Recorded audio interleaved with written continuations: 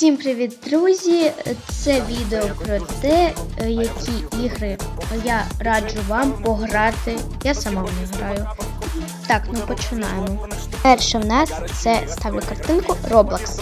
Так, я думаю, ви всі в нього граєте. Друге, це у нас наш улюблений Тока Бока. Третє, це в нас Avatar World. Четверте, це в нас ось така гра, я не можу її перенести. П'яте, це в нас хороша кава, чудова кава. Шосте в нас хороша піца, чудова піца. Сьоме в нас це Cooking Doom.